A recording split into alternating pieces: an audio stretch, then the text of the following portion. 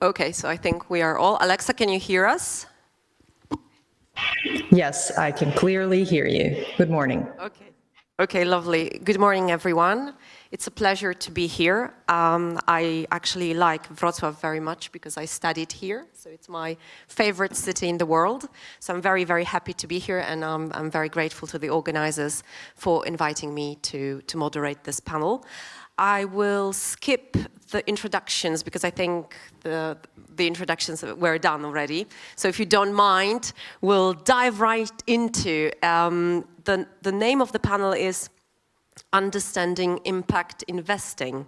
So my first question is, what is impact investing? Is it something true and new, or is it just a new name for the old good investing in startup and companies? So Alexa, can I start with you? Yeah, sure. Thanks, Monica. I think that it's not new at all. It's been always there, but the perception of how we consider and define the term impact investment has changed throughout the years. It's been traditionally considered as the green impact or environmental impact measurement and understanding what would be the efficiency of investment into a certain company. As of now, with the local realities, we also consider as Ukrainian Tech Ventures the social events being a really impactful thing on the society. And we are supporting Ukrainian companies that are leaving the country right now to build their businesses globally. And we approach it from two different perspectives, from supporting the number of people in a very difficult situation, including the founders and employees of the companies, as well as integrating them into the European society and measuring the impact of how we can transform European economy with the flow of the Ukrainian technology in there. So I think that's we all have a certain perspective on that, and I believe all the panelists as well. But my certain view on that is that the social impact is also measurable and very, very much important right now. So it's also one of the aspects how to consider impact investment. Okay, so I'll ask now Rodrigo to tell me what he understands by impact investing. Yeah, no, I think Alexa gave a very good explanation. And something that I just want to add or maybe build on top of it is we're also looking at impact metrics when we're talking about investment, right? So it's not only now looking, of course, at the business model and what the returns would be if we put money into these ventures, but also understanding what is the real impact that they are bringing.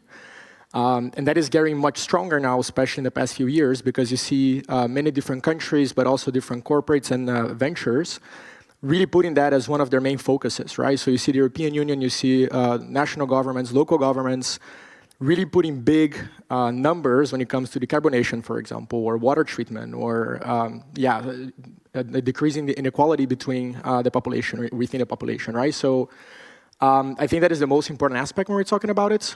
It's obviously understanding and finding companies that can have a very good return, that they're sustainable by its core, but also has a big impact, of course, when it comes to changing the people's lives. Piotr, you are a startup mentor. So what does impact investment mean for you? So for me, the impact investment means that you can really not only monitor the impact, but you can also make money on it. So one of the I hope so. So one of the things that has changed lately, especially on the startup scene, is that VCs are interested in startups which are impactful, but also they are interested in startups that can make this impact as a way of making money. So from the startup perspective on this market, it's really expected that startups, even if they're impactful, even if they help social aspects or planetary aspects, that they also, or most of them, make money. And the impact is just very big benefit and a very big part of the company, which stays behind the philosophy of the founders or the philosophy of the business. So from my perspective, this is what has changed lately. Natalia? You know, like impact is always there. Just it can be negative or positive. You know, in my view, we always had in the world impact investing. The only thing is it has become mainstream. It has become something everyone talk about. You know, but like, you know, if you speak to older generation and ask them, you know, at kind of older generation in business in West, at least my experience, feel quite, how to tell you, triggered and crossed when saying is as if impact investing has become mainstream now and as if they were bad, making money, just thinking about money, money, money, greed, greed, greed, greed. But I say, look, when World War II ended, a definition of impact investing was different. It was kind of provide for people a roof above head, give them food. You know, it was like survival. So for them, for their generation, it was also impact, positive.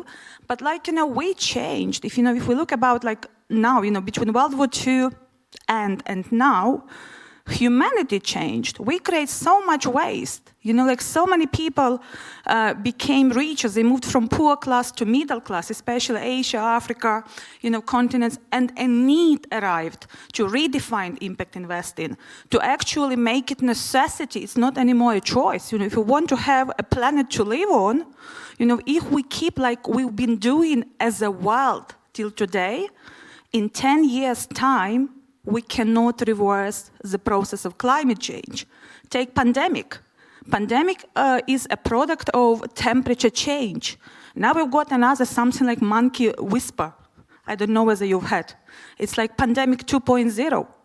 You know, it's like... There is a vaccine already. Yes, we have to do something. You know, so it's like, yes, it's a mainstream. Yes, impact can be negative and positive. Absolutely everyone should invest in positive impact opportunities only. That's my take. That's my call. That's my choice as an investor. Okay, good point. So now I want to ask about what do you look for, or what do you search for in a company, in a startup, when you want to invest or when you want to help the company evolve or develop?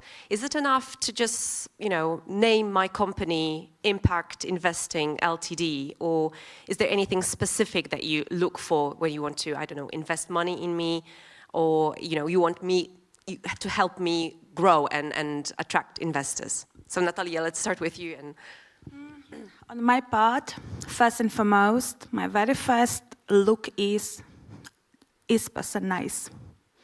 You know, I want to back up intrinsically good people, good intention, you know. Then, you know, once I establish for myself, I am dealing with a kind, nice person with integrity, then I'm thinking about, you know, other components, like what type of business, you know, can I add value? It's kind of another step too, because in my view, there is a lot of money out there. If my value add is only financial, potentially I'm not the best for you, you know? It's like I have to absolutely bring you money plus. You know, you work hard, like I am entrepreneur as much as I am investor. So, you know, it's like family office in my set company, and when I was in uni, I had 5 businesses in parallel. You know, so entrepreneurship is part of my blood.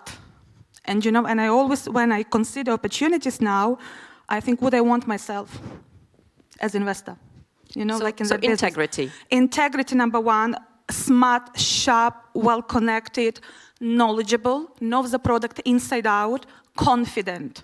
You know, I highlighted in my previous comments, you know, in Summit, I cannot underestimate importance of confidence in the current world in general to succeed.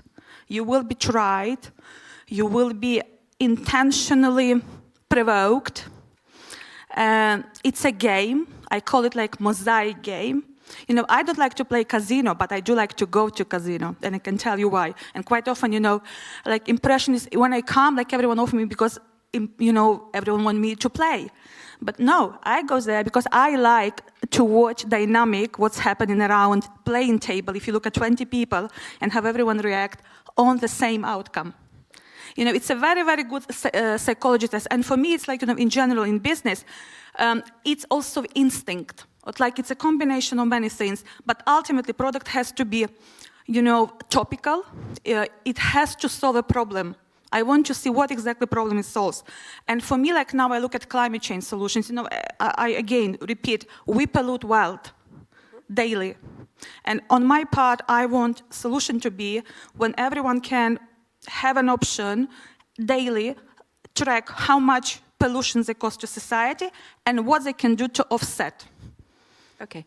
Rodrigo, what about you? You help companies. So if I came to you and said, oh, I am very impactful, so would that be enough? Or Yeah, no, would you great. expect something else? So very good that you Apart mentioned- from integrity and confidence, I would be very confident, let's assume. Perfect. No, very good that you mentioned that. I just want to put that disclaimer. So I'm not an investor, or we as an organization are not an investor, but we support companies expanding internationally, and we work very closely, of course, with investors. So I'm bringing a bit of a different perspective to the table. And I think it's important to mention two things. So obviously, that also depends a lot on which kind of maturity level you're talking about, right? So what we see when we work with a bit earlier stages, it's obviously your idea matters, but the most important thing, I think, and that's exactly what you were mentioning, is the team, right? Because obviously an idea can go wrong, and that's exactly why we call it MVP, right? That's what we're trying, we're just making sure that it works. But if it doesn't work in the early stages, we want to make sure that we have a good team that can pivot that idea and make sure that they go to the right direction whenever they see there's something that's not going to work. And we're talking about a bit of a later stage, then obviously we're talking about traction, we're talking about how did they prove that this model works, and if it can be scalable and repeatable in different markets, different ways of putting that into the market, right? But one of the biggest mistakes, and that's where I bring the impact part to it, that I see entrepreneurs doing, and that is you guys have no idea how many times I've seen that happening, because we do a lot of impact-focused programs as well. A lot of startups, they put on their website, the SDG goals, and say, we contribute to all of these goals. And then you see all these beautiful colored squares.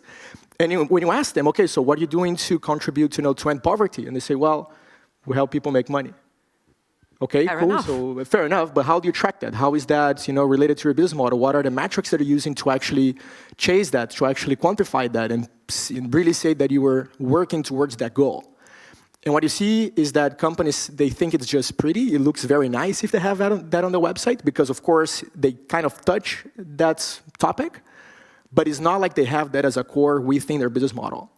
And if you're talking about putting them in a startup program, an accelerator, or really raising money from funds that are focused on impact investment, there needs to be also a concrete plan on how you plan to achieve those goals. And that is something that we see missing a lot. So I cannot count how many times we were looking and talking to companies trying to get into those programs. We had this conversation and said, well, yeah, we kind of helped it, but we don't have a plan. So that is something that we look a lot when we're working with these companies. So putting ECG on a website is not enough, basically. Yeah. Okay. So obviously in the beginning you kind of understand, but you need to also be able to explain how you plan to work on that, and have metrics, and have a plan to say, okay, we want to have this amount of impact by that time because we're going to do X, Y, Z. Piotr, what about you? Oh, there was so much said already that it's very But hard let's make to a add list. something. We have integrity, we have confidence, we have good team, and obviously sort of Yeah, so- plan. but I No think- website I think required. In my opinion, it comes up to two things. One of them is, of course, person or the team, just like you said. It's the most important. But the second thing is also the passion that stands behind the founders and the team that organizes it. Because, impact is easier than non-impact startups from my perspective, because I see people who come to me that are passionate about what they are doing. When they do regular startups, they're of course passionate people, but among them there are also people that have done some Excel filing and said, oh, it's okay to do the business. But no, I don't look for people who just said, I calculated it's good business, but I want people who tell me, I know the pain, I know the problem, I want to solve this problem because it hurts me to see other people suffer because of it. So from my perspective, this is what I'm looking for, especially that I'm helping people at a very early stage. So if at this stage I don't see a passion that can drive a person for the next 5 to 10 years, I don't even want to start talking to that person and working with them, because it's waste also of my time. Yeah, fair enough. Alexa, would you like to add something? Yeah, just to summarize, I guess that's as any venture fund, we're looking for both the impact and the returns of investment, of course. So I would say that's with the impact part comes in investing in people first. So people that have mission, vision, integrity and passion, everything that basically has been said on the first place. And then when it comes to returns for investors, that should be a solid business model, understanding of your business. And as we invest in seed companies, we are looking for established understanding of how they would scale. And we only help them in the different territories like Europe, US, and Middle East, applying their technology and vision and mission and understanding into different markets. So I think these two sides of the coins are as important as anything else. It's just impact and the business itself. Okay, another good point, and a good end note, business. So I wanted to ask you, what advice would you give to a startup, a company, an entity, a person coming to you and expressing an idea or a wish to either invest in an impactful company or becoming an impactful company? And you already said a little bit about, you know, integrity, confidence, and passion and things like that. But I just will explain to the viewers at home and here. I'm a lawyer, so my question will a little bit touch upon business perspectives or business considerations. Is it important at all to have that business consideration, business plan in your head, or as Piotr said, the passion is enough? So Alexa, if you could maybe start and comment. Yeah, I think I just tapped into that on my previous answer, and starting to take more attention towards understanding the business itself and understanding how the technology or a business can be successful in terms of revenues, right? And this is very important side of any impactful business as it is, right? So I would say that mission-driven businesses with the understanding of how we can measure the impact and measure the revenues in certain territories would let investors, let's say, commit to that idea with more ease on their heart, rather than just having the bright mind with a great idea with a zero understanding of the application. That's what I see a lot. So I would give an advice to not only to apply it, but create a use case where it matters, measure the value for a certain client that's you're providing the service to. And this value could be measured in two ways, but definitely within the impact measurement and the revenues measurement for the company and for the client itself. So it's a good mix of these two. Piotr, what about you? Just to make clear, I didn't say passion is enough. I just said it's a very important factor of it. No. The passion alone will not get you anywhere in the business. You also have to know your KPIs, numbers. You have to know how to measure your impact. You have to know what is your plan for getting the first 10 customers as well as the next 100,000 customers. So all of those things are important. But when you're coming to an investor, or if you're thinking about starting a business which will involve getting money from external sources, not your own, you have to know how to talk to those people. And majority of the young people or the first-time entrepreneurs, they very often forget to prepare themselves before going to ask for money. They usually say, oh, it's impact fund. Okay, I'm going to get there. But they didn't see that it's impact fund focused on social issues in the third world, right? And this is like the basic problem that those people have. So I would really advise them to be very prepared before every conversation they are planning to make with a potential investor as well as first partners, because it's very easy to have a bad PR, and the market is so small that after you talk to a couple of people, like the rest of the market will know about you. The gossip goes among those people, especially the people that have lots of money. They really do good research before they even invite you to the table. So know your numbers and get to know the people that you are going to talk to make sure you know the language that they will understand when you speak with them. Rodrigo? Yeah, I want to build a bit on top of that. What I see companies doing a lot is if they want to raise money, just email all investors that they found on Crunchbase and say, hey, I want to raise funds, right? It's super common. And especially if you are on the other side of the table, I also want to know, okay, so why do you think that I am the right person to help you?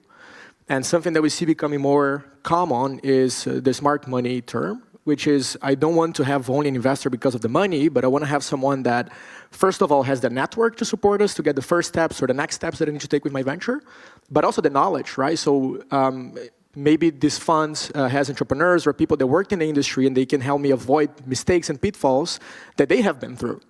And if I do my research, as you were mentioning now, if I do my research and I understand that this fund is the right one for me, that I really put, and you make it very clear, of course, when you reach out, when you talk to these people, when you're trying to do your pitch, that also puts you in a very good position because it shows that you really want them to put the money on you, right? So just not only, prepare, but know why those guys, why they can help you, why you need them and not someone else.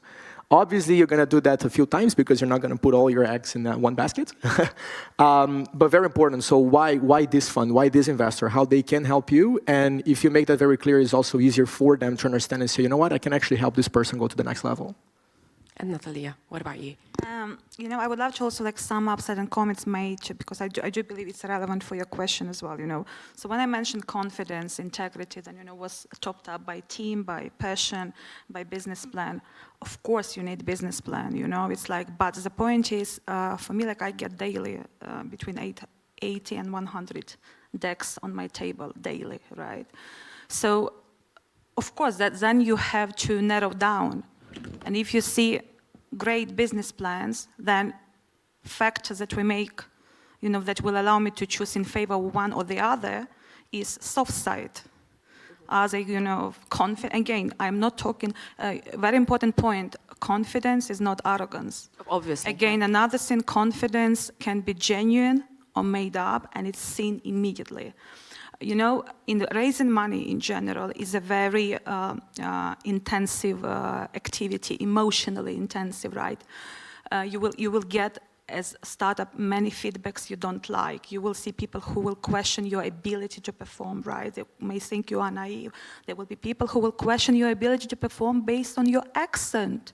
I can write a book about it from London, when you absolutely discredit it automatically, purely because your accent is non-Western. It's very, very, very typical, something people never talk about, but something that is deeply ingrained in mindset, in subconscious bias, which exists among family offices, high net worth individuals who were born in the West, who developed multi-million, multi-billion enterprises generation in, generation out. And if you're an ambitious startup, for example, from our region, and your end goal is to create a unicorn which will conquer the world, you absolutely want to start acting today with the end goal in mind.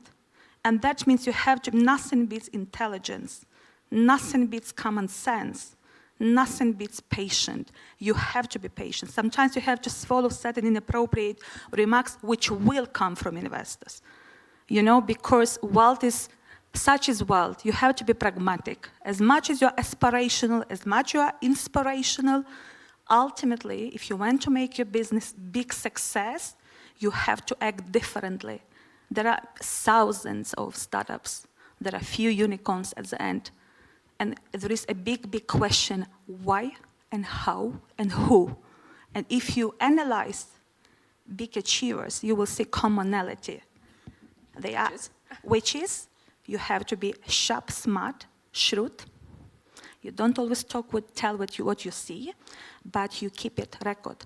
You do not approach each and every investor. You have to be strategic, because some guys are right for your seed stage, some guys are right for your pre-stage A, stage A, stage B, stage C, stage D, pre-IPO, IPO, secondary IPO, you have to know your audience.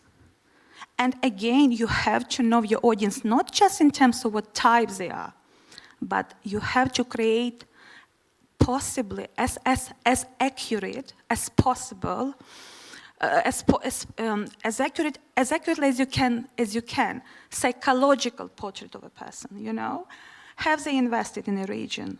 Do they have roots from region. For example, like I'm based in London 18 years now, and I also was based in New York sometime. Yes, I fully integrated into private capital world of Wild West, but it took me time. I can tell you, I was tested in the most diverse ways. First, I took it like, angry, then hurt, then I couldn't care less, But that was transition, and you have to be very self-aware. I know my pluses, I know my minuses. I know what can trigger me in a way that I might regret I responded probably with a bit of too much fire, and maybe in front of too many people. Self-awareness, So it's like, and accept. First thing to correct reaction is to acknowledge you have it. Like, I am not perfect, and I don't want to be perfect. No one is perfect. But learning, and observing. You know how they say, use ears and mouths in the same proportion God gave you. And eyes. See, listen, and talk. Natalia, thank you for this story. And actually, to kind of sum up and to end, I wanted to ask you about whether you have any anecdotes or whether anything has surprised you recently in your role as mentors, founders, helping companies. Any anecdotes, something that we could share with the audience and maybe put a smile on their faces after they heard how difficult life it is to be either impactful company or an impact investor. I'll start with Piotr. Okay, so what surprised me the first time, couple of years ago, it still surprises me today, is that when the first-time founder approaches person whom they want to share their startup idea with, they usually start by saying, I have this great startup idea, but I will not tell you. You have to sign the NDA with me first, right? And what surprises me is that was like 5 years ago, and it's still today, and people didn't learn that it's not a good way to start a conversation by saying, hey, we were drinking a beer, but here, sign my papers, right? So this is something that keeps a smile on my face all the time. So no NDAs with you. No. It's not a good way to start a conversation with coming with an NDA. Okay, Alexa, what about you? Any anecdotes? Any surprises? Something that you would like to share concerning investing? You caught me by surprise with. Yeah, you caught me by surprise with this question, and I was thinking about it, a few things, and the recent one that just popped up in my head is about the founders' confidence and understanding of their ideas. We had a very interesting situation when the Ukrainian founder approached us, and on the investment board, that the idea is really good, and I know this founder and I know the success of the company. But when we brought them on board, and the board is international, and it's just me speaking Ukrainian, but the founder started to pitch in Ukrainian, and I said, "Could we please switch to English, because there are other people?" They said, "No, I don't have the deck in English, and I don't know how to speak the language, but I'm so confident in my idea." And I had to translate everything, which was pretty interesting for me. It's a very interesting experience. But yeah, of course, to Natalia's point, of course, founders should learn the language. Accent is totally fine. But I was just caught by surprise that I end up being a translator for this particular pitch. That was quite funny. Was it a successful pitch, if we may ask? Did it end up well? I think it ended up well, but for them to integrate into the European or American market, there needs to be done a lot of modifications. So I think that's, it's a mix of the results, which leads up to a lot of work for them, which is also a good thing, good outcome. Rodrigo, what about you? Any anecdotes, surprises? Yeah, can I go for a good one? Yeah, please. I think we wouldn't mind. Always good, right? Always good. No, but something that really surprises me, and that's not a one-time thing, but something that happens, I would say, majority of the times that we work with entrepreneurs, is understanding and seeing the resilience that they have when it comes to building their business. And I've seen companies and people go through all sorts of things and receive 1,000 no's and still leave, obviously bummed out, but saying, you know what, I can do better. I can still do it. I can change this, this, and this, and I'm sure next time I'll do better. And that's something that strikes me basically every day when working with startups and working with investors and in this scenario. If you don't have the resilience, things are just not going to work out, right? And if you see the successful entrepreneurs, basically everyone that is successful, they were just courageous enough to receive 1,000 no's, get out of there and say, well, you know what, I can learn from that and do better. So I think that will be my knowledge spiel here. Well, I read somewhere that we should treat no as next opportunity. So that's kind of very positive spin, put positive spin on no. Exactly. Natalia, anecdotes, surprises, something that keeps, puts a smile on your face when you think of your years of experience and contacts with startups, investors, and things like that. You know, I have so many, I'm thinking which one. One we can publish. That, you know, I'm writing a book. I think humor will be part of it big.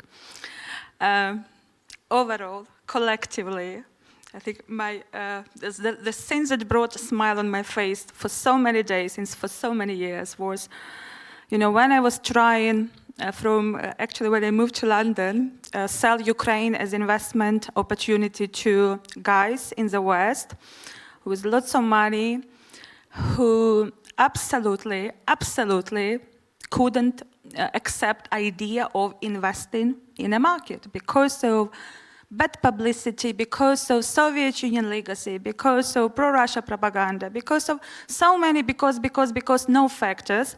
And I remember like they were looking at me like, she is absolutely insane, must be insane. It's like, or another thing like, okay, if we invest, like maybe we can just a bit screw that opportunity and how. And I was investment banker for quite top deals in country for 8 years exclusively, right? And my biggest mandate was $500 million. It was after Russia annexed Crimea, and I remember that meeting of 8 Westerners, gray-haired old men. I'm trying to sell, and it's like, and there is fighting going on. And it's like they look at me, and it's just like I can absolutely see what each of them saying without telling. And then I remember I said, like, guys, are you in a mood to listen to me? Like, is it if not, I go to the other one. So it was like almost like cooling effect because they haven't expected me to essentially caught them on hot. In that moment, it was very funny because that was also a moment of truth. When I understood, even if country on fire, if you, as a lead person to raise capital, keep cool, keep calm, and use humor. Use humor to the point and keeping in mind audience. Humor is absolutely powerful. So lots of anecdotes. To me, it was an anecdote which stay with me by now. And a very good reminder. Keep going. Okay, so we have a few minutes left. So I would kindly ask you to, if possible, summarize in one sentence impact in investing. Is it worth it? Is it not worth it? Do we do it, or shall we not pay too much attention to that? I'll start with Alexa. If you could summarize in one sentence. Yeah, sure. I think that's impact as an understanding of what it is has transformed. So it is measurable, it is understandable, and it all comes to the mission of the company and the idea to make a change in this world, which is great. And we are, as human beings, we understand that this is something that is important for us to leave a mark. And for both the companies and investors, it becomes really, really important. And the second thing that this mission and passion and understanding of the impact will a lot of times help companies as startups to grow faster. Because as we all said, there is a lot of obstacles, there is a lot of complications and failures along the way. And I truly believe that understanding that this is impactful will help founders to sustain, to keep on rolling the business and to do it in a more passionate way rather than just looking for the revenues. But we do not have to misunderstand and mix the pure impact with the main factor of investment. It should be the driver. It should be a big part of it, but behind it all, we're all looking for the returns, and the business should be sustainable. And if we're talking about the business model, it will just lead this impact to a sustainable model and integration into societies, markets, corporate companies, etc. Great. So, Rodrigo, anything to add? Or Alexa has kind of exhausted the list. Yeah, I'll be very quick. I'll say, first of all, answer your question. Definitely worth it. If you're a passionate entrepreneur, join us because we can help change the world. Great. Piotr, what about you? Yeah, so actually, what I can add to that is that impact is actually today very sexy subject. So if you're a good psychology player, so you can use it in your advantage and on a couple of levels. First of all, the world has changed enough, so there are more and more aware people that are trying to invest in or buy products from the impactful companies. Second of all, big corporates also are looking for younger companies, especially startups, that can help them or put some fresh air with impactful solutions into their business. And third of all, also investors have changed and are looking for more impactful startups because they know that on one side they're helping the world, but on the other side they are also helping themselves to get more money because of the popularity of the subject itself. Great. And Natalia, to sum up? Impact investing is the only way forward, and I mean positive one. In 10 years from now, I'm confident there will be no such thing as impact investing as a term. It will be just investing, and implication is it's impact only. It's like ecosystem require it, all stakeholders require it. If you are a startup, again, to make it very relevant for startup universe, you absolutely have to think genuinely in positive impact terms, what your business is doing well for society. Because you know what? If that's how you think, you will absolutely attract right money on right terms. You will be pitching from a position of strength. And you know what?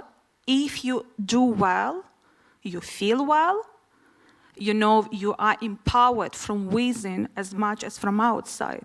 And then you become just, unbeatable, and then if you top up with all those characteristics we talked about, you can absolutely create a unicorn. Nothing can stop you, but don't go in the wrong direction. Like one guy said in Warsaw, actually, they were attending the event, and I was quite surprised what he said. He said, you know what, actually all this in impact investing, ESG, it's kind of an evil. It just creates so much bureaucratic work. I was thinking, what century do you live in?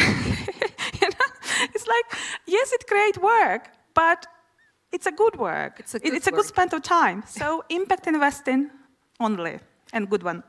Thank you very much, my dear panelists, fellow panelists. It's been an amazing experience for me and a pleasure to be here, and I learned a lot. So it was wonderful talking to you all, and I hope the audience also enjoyed it. So again, thank you very much. Alexa, hopefully, I hope to see you somewhere in person rather than online. For sure. Thank you.